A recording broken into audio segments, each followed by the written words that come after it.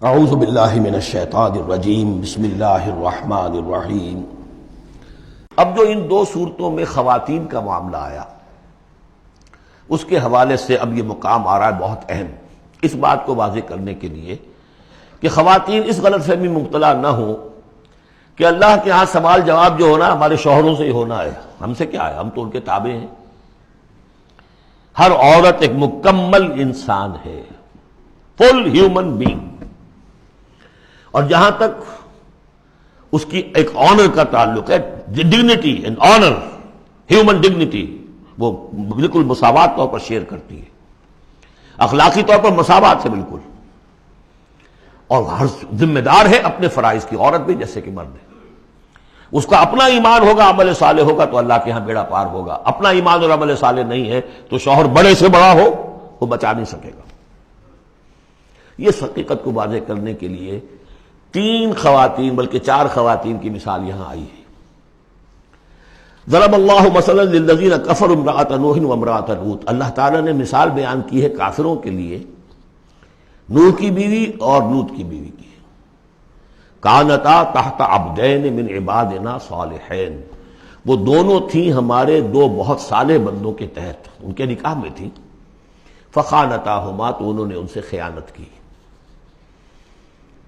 Film یغنیا عنہما من اللہ شیئا، تو نہ بچا سکا انہیں ان کا شوہر، ان کے دونوں شوہر جو ہیں نہ بچا سکے اپنی دونوں بیویوں کو کچھ بھی۔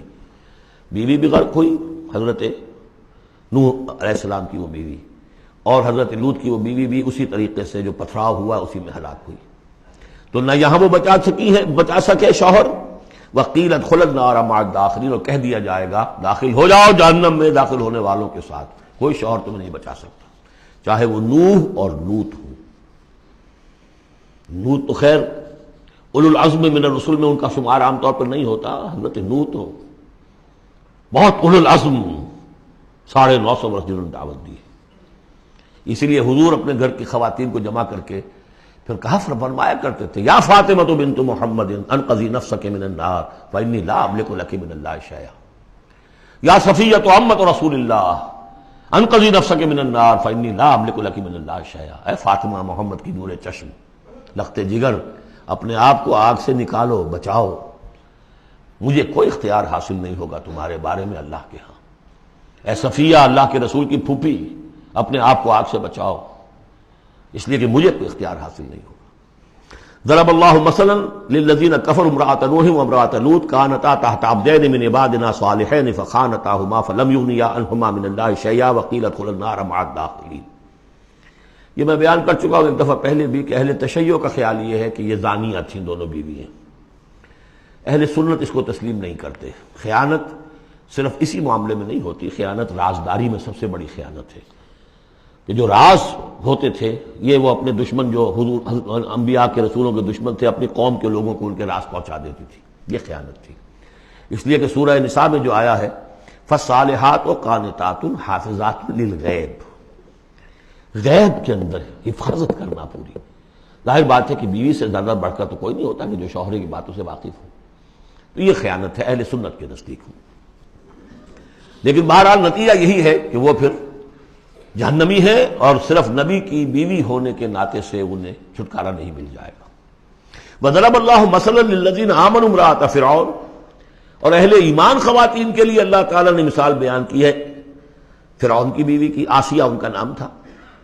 اذ قالت رب ابن لی عندک بیتا فی الجنہ، اب اس ایک جملے میں ان کی پوری ذہنی اور نفسیاتی کیفیت سامنے آ رہی ہے، جبکہ اس اللہ کی بندی نے کہا پروردگار میرے لیے تو جنت میں اپنے پاس ایک مکان بنا لے، وَنَجَّنِي مِن فِرْعَوْنَ وَعَمَلِهِ، مجھے نجات دے اس فرعون سے بھی اور اس کے عمل سے بھی، وَنَجَّنِي مِنَ الْقَوْمِ الظَّالِمِينَ، اور اللہ جلد از جلد مجھے نجات دے ان ظالموں کی قوم سے۔ یعنی موت کی آرزو کر رہی ہے، محل میں عیش و آرام ہر طرح کا حاصل ہوگا، کیا نہیں ہوگا، لیکن اللہ کے ساتھ ایمان کا معاملہ یہ ہے، اور شوہر کا جو بھی خدائی کا دعویٰ کر کے بیٹھا ہوا ہے، کیا اس نے کفر کا اور اس کا معاملہ ہے، تو ان کے اندر بیزاری کتنی ہے اپنے اس شوہر سے۔ تو گویا کہ دو انتہائی مثالیں آ گئیں، بہترین شوہروں کے ہاں بدترین انجام والی بیویاں، اور بدترین شوہر کے ہاں بہترین انجام والی بیوی جس کا کہ ذکر ہو رہا ہے، اور سب سے اونچی جو خواتین ہوں گی حضرت مریم، حضرت آسیہ، حضرت خدیجہ، حضرت عائشہ، حضرت فاطمہ، یہ یوں سمجھیے چوٹی کی خواتین ہوں گی قیامت میں۔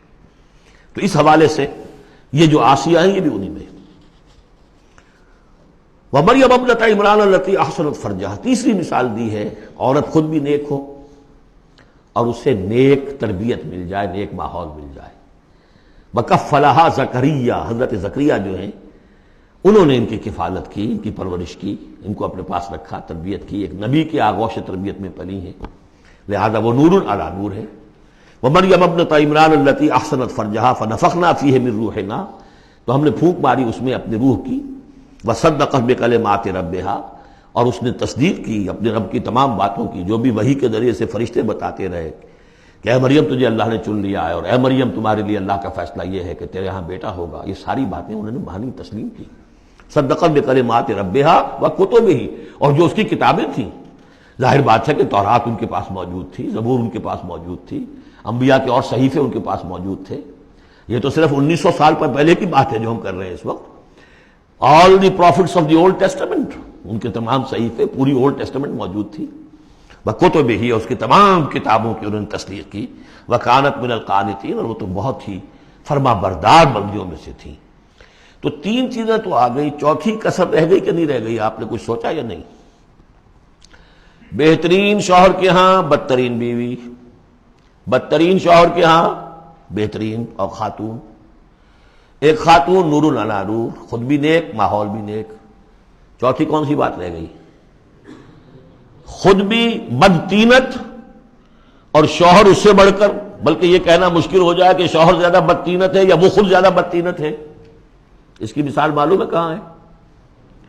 تبت یدا ابی لہب وتب ما اغنی عنہ مالہ وما کسب سیصلی نارا ذات لہب وامرأتہ حمالۃ الحطب فی جیدہا حبل من مسد۔ یہ پھر جب وہاں پہنچیں گے پڑھیں گے، شوہر بھی بدتینت، بیوی بھی بدتینت، ظلمات بعضها فوق بعض۔ اللہ کے فضل و کرم سے سورہ تحریم ختم ہوئی۔ صدق اللہ العظیم۔